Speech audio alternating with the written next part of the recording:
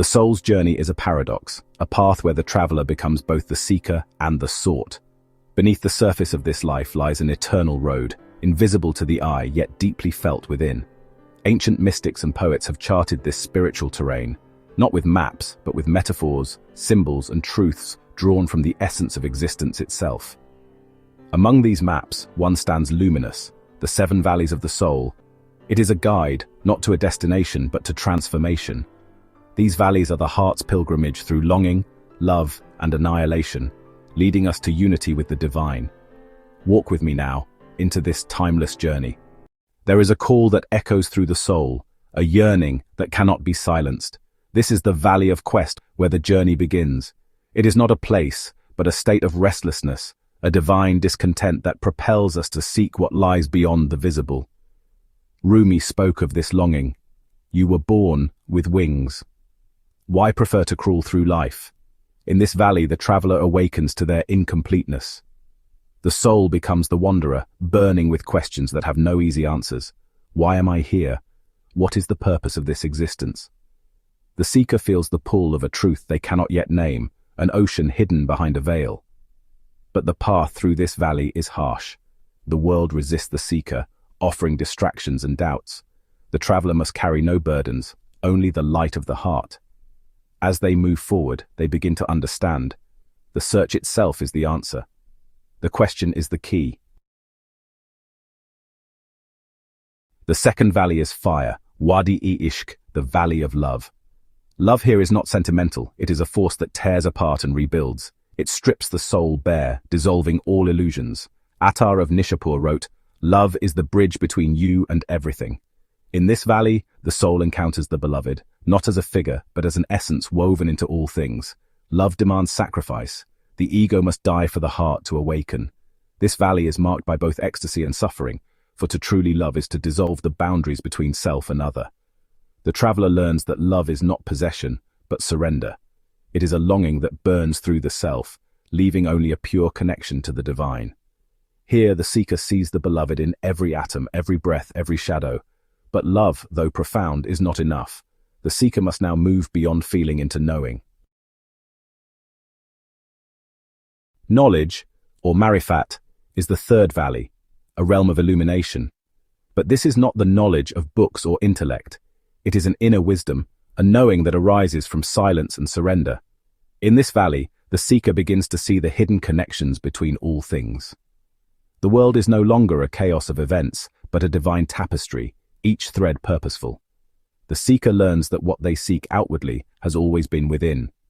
As Shams of Tabriz said, when the soul lies down in that grass, the world is too full to talk about. Ideas, language, even the phrase each other, don't make any sense. But this knowledge is humbling. The deeper the seeker looks, the more they realize their smallness before the infinite. They begin to understand. The divine cannot be grasped, only experienced. With this realization, the soul becomes lighter, ready to release its last attachments. The fourth valley demands the greatest sacrifice. Here, the soul learns to let go, not only of material possessions, but of identity, pride, and the need for control. This is the valley where the traveler unburdens themselves of the world. They no longer cling to desires or fears. Detachment is not indifference but freedom, the freedom to exist fully in the present without being chained to outcomes. As the mystic Mansur al-Hallaj declared, "I am free of all that is not you." In this valley, the seeker begins to understand that the self is an illusion. What they once believed to be their identity is but a shadow.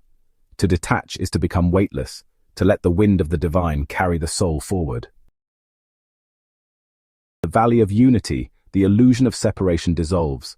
The seeker begins to see the oneness of all creation. The self, the other, the divine, they are not three but one. Ibn Arabi wrote, "He who knows himself knows his Lord." Here the soul perceives that every leaf, every star, every tear is a reflection of the same light. Unity is not a concept but a reality, a truth that has always been present but was hidden by the veil of ego. This valley is a homecoming. The traveler understands that they were never separate from the divine. The journey was not to find God, but to remember their unity with God. The sixth valley, Wadi-e-Hayrat, is one of wonder and humility. The traveler stands before the infinite, overwhelmed by its beauty and mystery. As the Persian poet Hafez said, "You were caught in the spell of awe. Drink the wine of astonishment." Here, the seeker learns that not everything can be known, and that is the greatest gift of all. To live in wonder is to see the world with fresh eyes, to recognize the divine in every moment. Wonder keeps the soul alive. It is the eternal spark that draws us forward, even when the path is unclear. The final valley is the end of the self, but this is not destruction, it is liberation.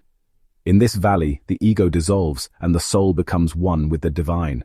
Fana, or annihilation, is not a loss but a return. The drop merges with the ocean, realizing it was never separate. As Al-Hallaj whispered in his final moments, "I am the truth." This is not arrogance but the ultimate humility. To say I am the truth is to say, there is no me, only you. The soul becomes a mirror, reflecting the infinite light of the divine. And yet this valley is not an end but a beginning. For the soul, having dissolved, continues its journey, eternally expanding, eternally becoming.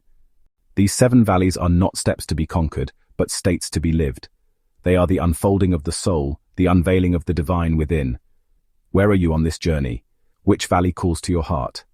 The road is endless, but the destination is always here. Take the first step. The valleys are waiting.